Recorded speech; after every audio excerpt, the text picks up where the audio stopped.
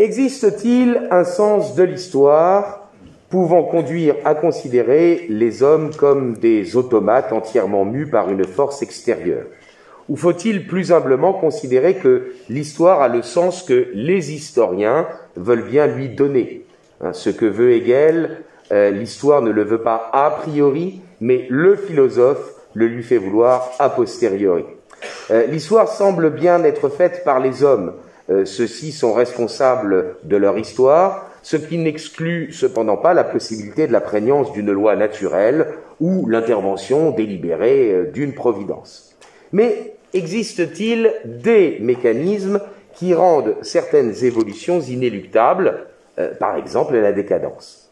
Celle-ci peut être définie comme l'état d'un corps social, tout autant une culture qu'une institution sociale ou une entreprise, qui perd progressivement de sa qualité. La décadence est donc le commencement de la chute, du déclin.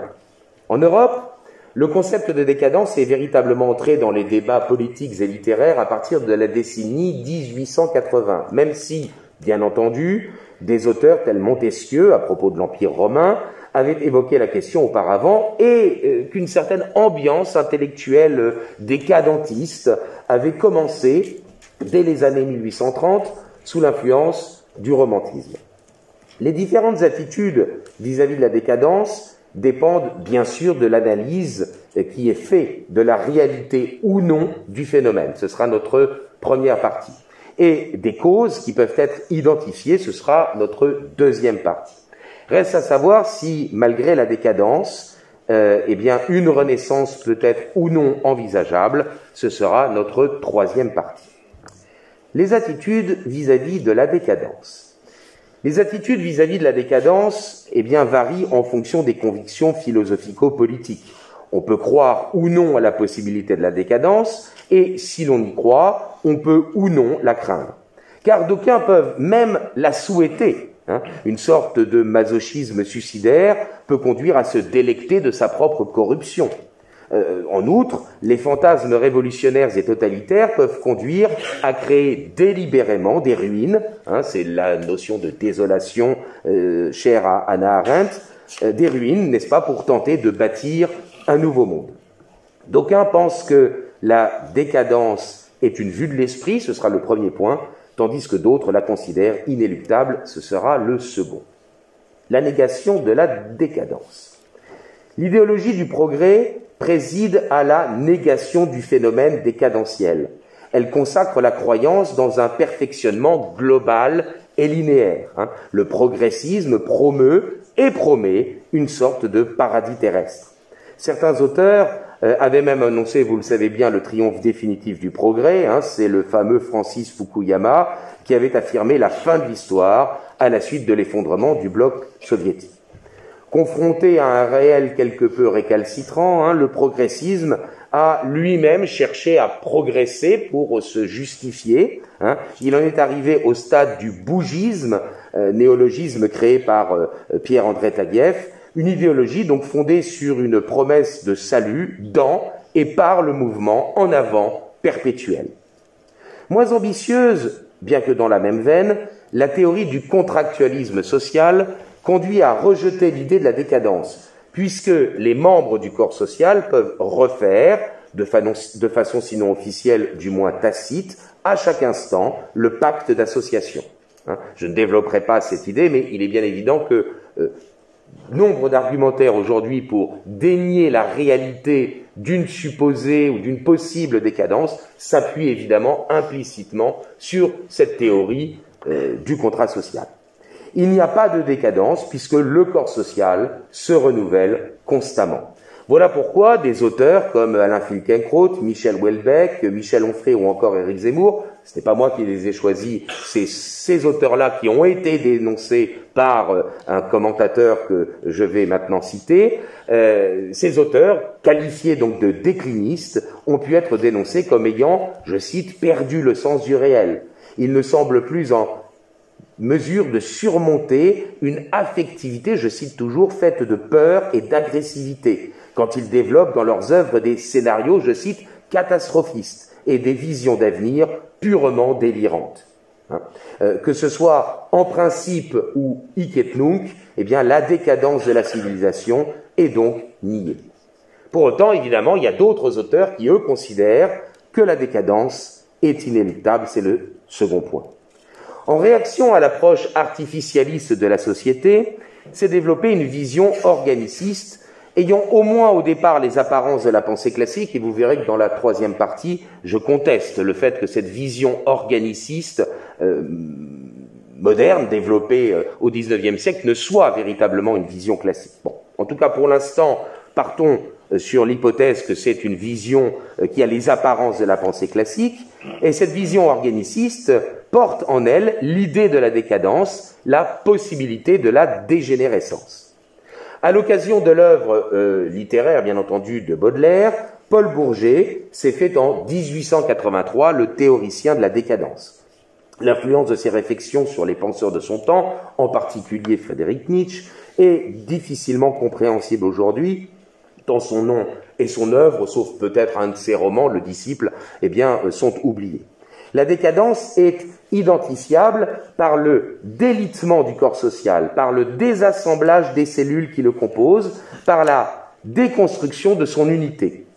Par le mot décadence, on désigne volontiers l'état d'une société qui produit un trop grand nombre d'individus impropres aux travaux de la vie commune. Voilà une définition proposée par Bourget.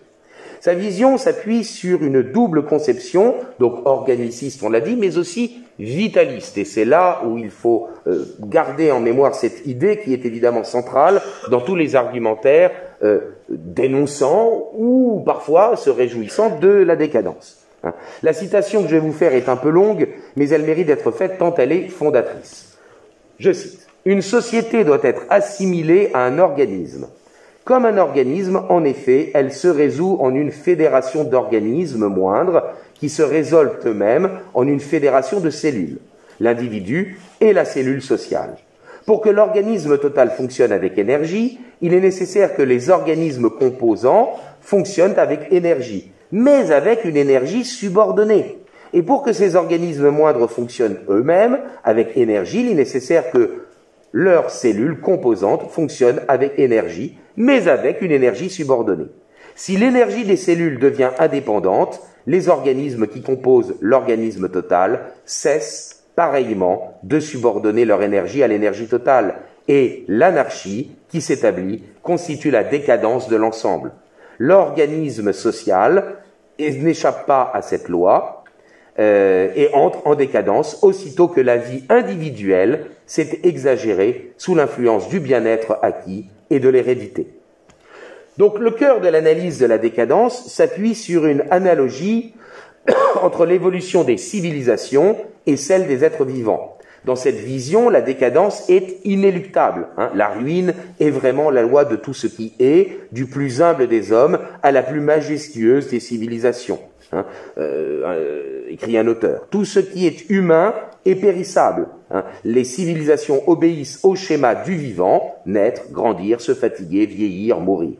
La décadence est une loi inéluctable du vivant qui conduit aveuglément tout être au non-être. La décadence advient après la pleine puissance et conduit vers la fin de cette même puissance. Le dépérissement, perte de la force vitale, serait inscrit dans le cycle de la vie. La décadence serait par conséquent inéluctable. Mais l'analogie entre le corps social et l'individu est plus que discutable. Le corps social est fait d'un enchevêtrement de personnes au sens du prosopone grec ou de la persona latine. Avoir peur de la décadence, n'est-ce pas être mu par cette force vitale de réaction, celle-là même qui semble faire défaut au corps social en passe de dégénérescence? Encore faut-il que le stade d'une réaction possible à la décadence n'ait pas été passé, bien entendu. C'est ici qu'il faut donc s'interroger sur les causes identifiées et identifiables de la décadence. C'est notre deuxième partie. L'identification des causes de la décadence. Identifier une décadence, c'est toujours comparer un état social à un stade antérieur, supposé supérieur. C'est constater un rapport de force avec un concurrent jugé plus fort.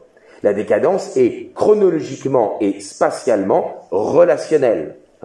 Chaque décadence est donc spécifique. Cependant, les causes de la décadence, qui ont pu être inventoriés à propos de divers corps sociaux tout au long de l'histoire se ressemblent, et ce d'autant plus que c'est communément le cas de l'Empire romain qui, en Occident du moins, hante les esprits. Ce sera le premier point.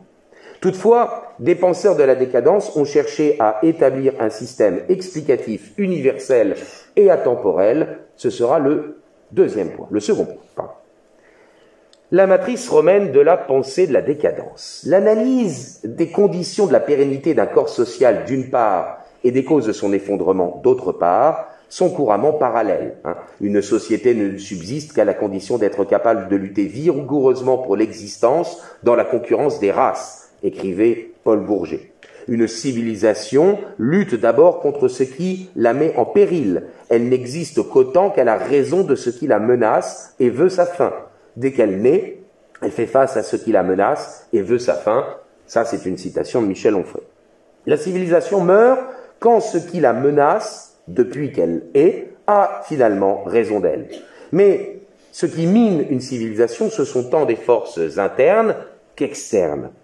Une société doit assurer son renouvellement et sa croissance démographique, ne serait-ce que pour disposer de braves soldats. C'est quelque chose qui est régulièrement évoqué à propos du cas romain. La disparition de l'esprit militaire et la perte du sentiment patriotique ont terriblement fragilisé l'Empire romain qui eut recours, pour la défense du limes, à des mercenaires. En outre, la recherche du luxe, du plaisir et du dilettantisme, l'oisiveté qui conduit à ne se soucier que du pain et des jeux, sont de véritables plaies sociales, selon les analystes, plaies sociales qui ont miné le corps tout entier. D'autres causes à propos de l'Empire romain ont pu être inventoriées. Le gigantisme territorial, le dirigisme étatique, le dominat qui succède au principat, la dilution de la citoyenneté, accordée à tous les habitants libres de l'Empire, vous le savez, par l'édit de Caracalla, toutefois, évidemment, en excluant les déditis, il faut quand même pas exagérer, ceux qui ont pris les armes contre Rome, alors qu'ils avaient été soumis, ceux-là sont bien sûr exclus de la citoyenneté romaine. Bon, passons. Les guerres civiles, etc., tout autant donc de thèmes qui sont évoqués pour expliquer que l'Empire romain s'est finalement effondré. Disons-le, chaque époque a forgé ses propres explications de la chute de l'Empire romain en Occident, en fonction de ses préoccupations du moment. Il est cependant à remarquer que, chez certains auteurs, la pensée de la décadence s'exonère de ses fautes, de ses défaillances, en accusant l'adversaire de brutalité, tandis qu'elle se couvre des oripeaux de la finesse, du raffinement, de l'érudition. Paul Bourget écrit une phrase dont on ne sait pas bien s'il l'approuve totalement ou pas, mais enfin disant que cet état d'esprit est acceptable, on est en droit de préférer la défaite d'Athènes en décadence au triomphe du Macédonien violent. Or, l'analyse historique des causes et des effets de la décadence semble montrer que c'est moins la force de l'adversaire que la propre faiblesse du corps social qui explique le dépérissement et, par contre-coup, la capacité de l'ennemi à l'emporter. Ce sont moins les barbares de l'extérieur que les traîtres, les dégénérés, autrement dit les barbares de l'intérieur, qui sont nocifs. N'est-ce pas la décadence, bien plus que l'ennemi, qui est intrinsèquement barbare, puisqu'elle sape la culture unificatrice du corps social. À ce titre, l'inventaire des arguments mis en œuvre pour dénoncer la décadence de l'Occident au cours des 2 derniers siècles est édifiant. Les formulations ne sont pas exactement les mêmes entre le 19e et le début du 21e siècle, mais ce sont des éléments identiques qui sont mis en exergue.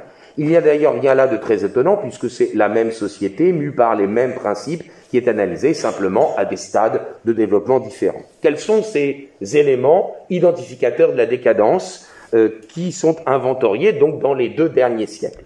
Le règne de l'argent et l'arrogance des parvenus, la déshumanisation de l'homme et l'emprise du système technicien, Jacques Ellul, bien sûr, un auteur qui m'est cher.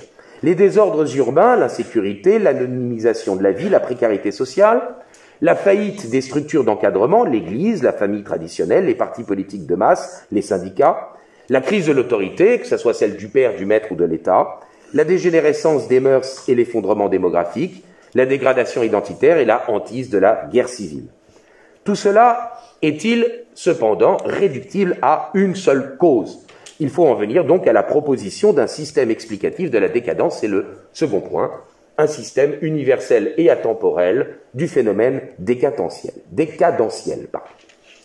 Pensant qu'un seul schéma fonctionnerait pour toutes les civilisations, Oswald Spengler a développé une théorie de la décadence. Les peuples sont en capacité de développer une culture quand ils sont détachés de l'état de nécessité, quand ils n'ont pas pour seul objectif que de survivre.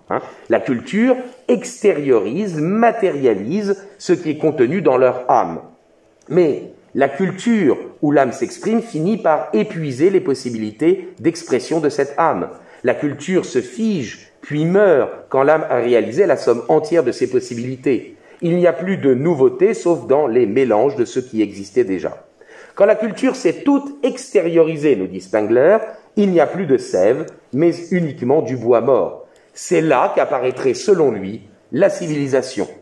Pour l'Antiquité, illustration, les cités grecques auraient représenté la culture, tandis que Rome, l'Empire romain naturellement, aurait été le moment de la civilisation. Puisque rien de nouveau ne vient à l'existence, les structures de l'organisation sociale se sclérosent, se dénaturent, entrent inéluctablement en décadence et finissent par mourir. Même si ce processus, disons-le, ce processus de décadence puis de mort, peut être long et connaître des moments glorieux. La décadence marque le début de la fin, mais celle-ci peut connaître des périodes d'expansion et de la civilisation avant la chute finale. Et d'ailleurs, Oswald considère que l'impérialisme est, comme la marque, le symbole typique que la fin s'annonce. L'hypothèse de Spengler s'articule, vous le voyez, c'est pas inintéressant, parfaitement avec la vision de la décadence en littérature et dans les arts, où elle est présentée comme un excès de civilisation, un raffinement de délicatesse. Plus généralement, la pensée vitaliste considère que chaque société obéit à la force qui la propulse. Ce qui va la faire entrer en décadence, c'est l'entropie, c'est-à-dire la dégradation de son énergie, l'affaiblissement de son ordre. Il faut à une civilisation une force vitale une force vitale qu'un acteur athée, comme Michel Onfray avait identifié avec la religion. Si cette religion se dégrade, c'est toute la civilisation qui est en passe de se désagréger, et il nous dit même qu'il n'y a pas d'exemple dans l'histoire de civilisation qui n'aurait pas eu comme noyau dur la religion. Puisque je suis contraint d'aller vite, je vais couper. On retrouve là, vous le noterez quand même en passage, cette question de la religion, ça peut faire plaisir à certains d'entre vous, mais ne vous y trompez pas quand même trop, je dirais quant aux motivations profondes de certains auteurs, parce que évidemment, on retrouve là l'explication des auteurs antichrétiens, tant de l'époque romaine, Cels, que parmi les historiens, en particulier le fameux Edward Gibbon, rendant le christianisme responsable de la déliquescence de l'Empire. Troisième et dernier point, je vais quand même réussir à le terminer, les conditions d'une hypothétique renaissance. Résister à la décadence serait irréaliste, sauf à modifier l'homme lui-même. C'est la conception moderne qui rassemble décadentistes et progressistes, c'est le premier point. À cette vision des choses s'oppose la pensée classique qui offre à l'homme un espoir, tant dans ce monde que dans l'autre, et ça je l'abrégerai rapidement. La Renaissance par la transformation de l'homme. La vision organicisto-vitaliste moderne confine au déterminisme. Le réel n'est jamais que le dépliage d'une fatalité, le pur effet du déterminisme. L'histoire est une aventure, je cite encore un même auteur, dans laquelle les hommes sont des sujets et non des acteurs. Par conséquent, prétendre réagir à la décadence par le recours à un homme providentiel ou à une régénération par l'action du prolétariat ou d'une catégorie d'hommes éclairés serait totalement illusoire. Tant que les hommes restent les hommes de la nature, d'un ordre des choses qui les dépasse, ils ne peuvent avoir l'espoir d'échapper à la décadence. Tout en partant sur des hypothèses donc différentes, les pensées décadentistes et progressistes aboutissent à la même conclusion, que la nature de l'homme est malléable, modifiable, et que même c'est une nécessité, n'est-ce pas, soit pour réaliser le progrès, soit pour justement éviter la décadence.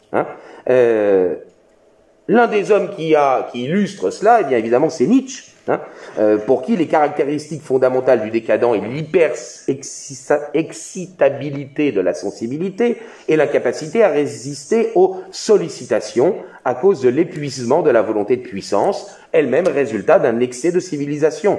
La sophistication de la manière de penser et de vivre conduit à la fragilisation de l'énergie vitale. La mort est le terme donc logique de la décadence, et le décadent type ne trouve que des faux remèdes qui ne lui redonnent jamais vie. Le décadent en vient à ne plus supporter la vie, et ça le mène au suicide.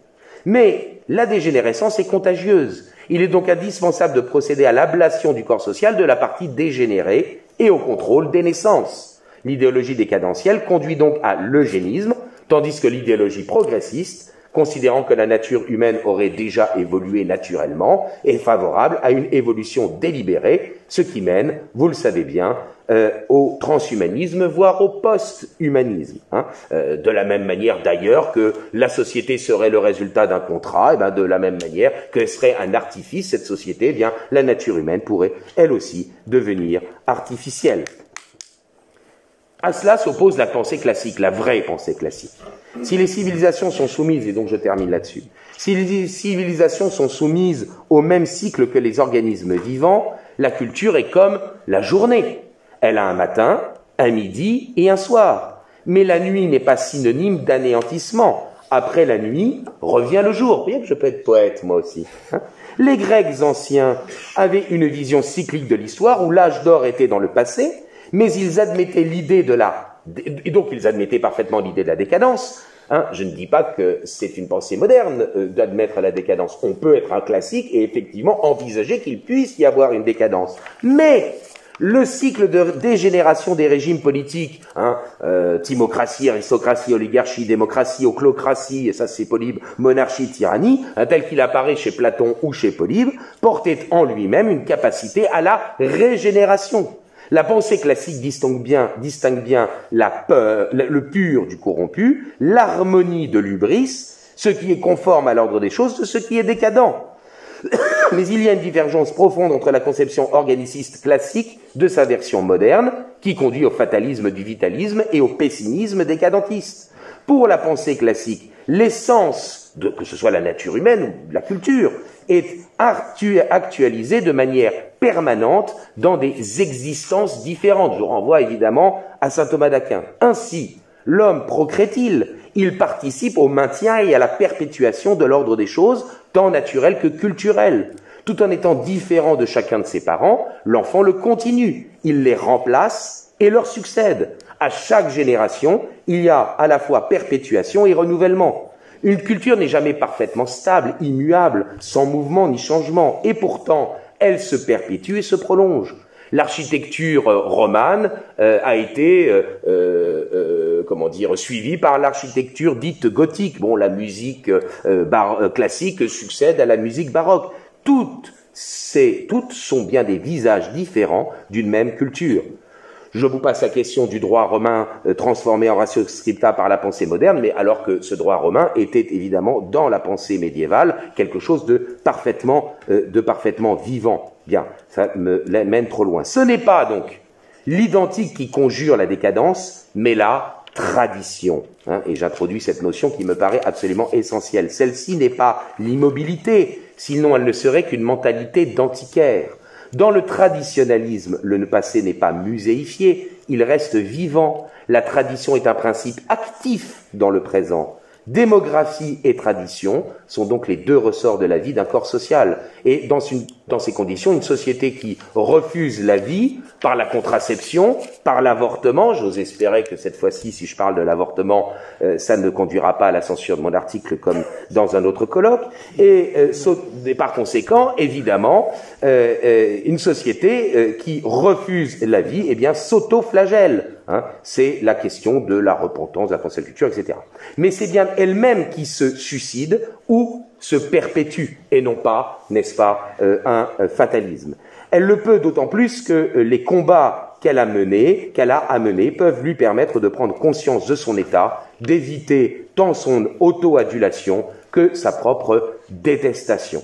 Et je voudrais conclure, c'est la dernière minute, sur naturellement saint Augustin, qui a été le principal, évidemment, auteur à s'interroger sur la question de la décadence de l'Empire romain.